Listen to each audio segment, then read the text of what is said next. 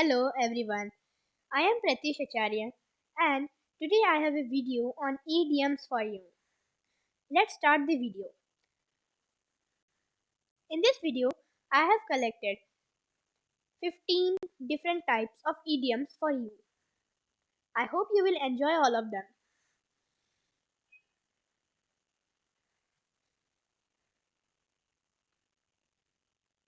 Let's start with our video. Here it is, the first idiom. It is a bad workman always blames his tools. A bad workman always blames his tools. What is the meaning of this idiom? We have the description. What happens is if somebody is cooking something and he is not able to cook well, that time he always blames the tools that he is not able to do this because the tool is not working properly. For example, if I give, if somebody is making rotis and he is not able to make it, then he will blame the gas and say that the gas is not burning properly. For example, we have here on the screen, if an X person says the turkey isn't cooked well because the oven is not functioning well, then the Y person uses the idiom, well, it is the case of a bad workman blaming his tools. We have our second idiom now. X person says, why did you turn down that gameplay offer for hockey when you don't have anything else to play? Then the Y person says, well, I am confident I will land one of the two games I tried for last week, and they are surely better than this one. And then X person uses the idiom, in my opinion, you should have taken it because a bird in hand is always worth two in a bush. We have our third idiom, absence makes the heart grow fonder. This is my favorite idiom, one of the favorite idiom I can say. Whenever we don't have any person which we love, that time we always feel the importance of that person in our life. The people which we love and they are not with us that time we love them even more.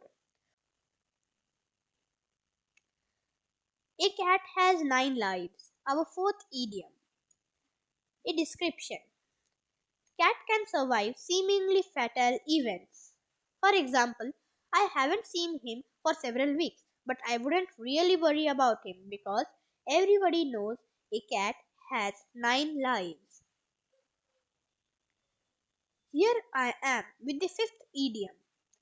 A chain is only strong as its weakest link. The meaning is that if one weak part, suppose we have any weaker part in our life or something which we are not able to do, then that will be rendered by the whole weak ones. Let us understand this one with an example here.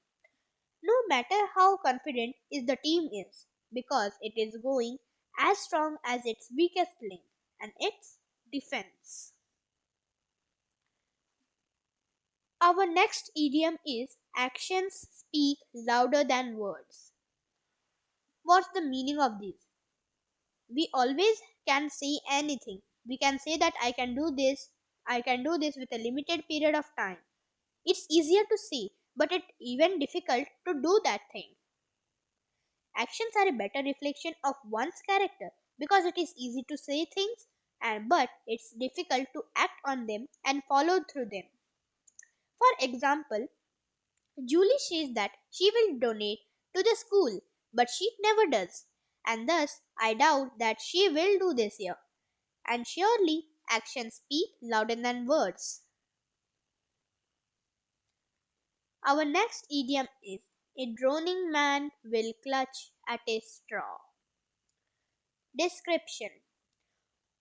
When someone is in difficult situation, she will always take any available opportunity to improve on it. If we are in difficult situation, that time we always try to find some way to come out of this situation. This is called a droning man will clutch at a straw. I have an example on the screen. After trying all reliable medicines, he is now visiting quacks to get a cure for his baldness. because a drowning man will always clutch at a straw. Adversity and loss make one wise. Whenever we are in difficult situation, that time we gain wisdom even faster than in other times. Do you know how? Because whenever we don't know the answer to a question, or when we are in problem and we don't know how to come out of that problem, that time we always think on it and think on it, and thus we increase our wisdom. For example, after losing money in my investment, I know which investment has to be avoided. And it's rightly said that adversity and loss make a man wise. I am here with the next idiom. A fool and his money are soon parted. Description is: foolish people, they don't know how to use their money. They cannot hold their money and they just keep on spending the money. For example, she gave her entire estate on the basis of a just simple verbal promise. A fool and his money are indeed easily parted. Our next idiom is: a journey of 1,000 miles begins with a single step. Whatever big task we do, always we should take smaller steps at one time. If we are trying to achieve our goal, we should first take a smaller step. We should first learn that thing. We should think what can be done to achieve our goal. But we cannot take directly the highest step. Like I am, for example, I am feeling overwhelmed by the prospect of completing a 4,000 word paper by the next week. But I will start by writing 500 words every day, because a journey of 1,000 miles always begins with a single step. However big the problem may be, you should always try to begin with a single and small step.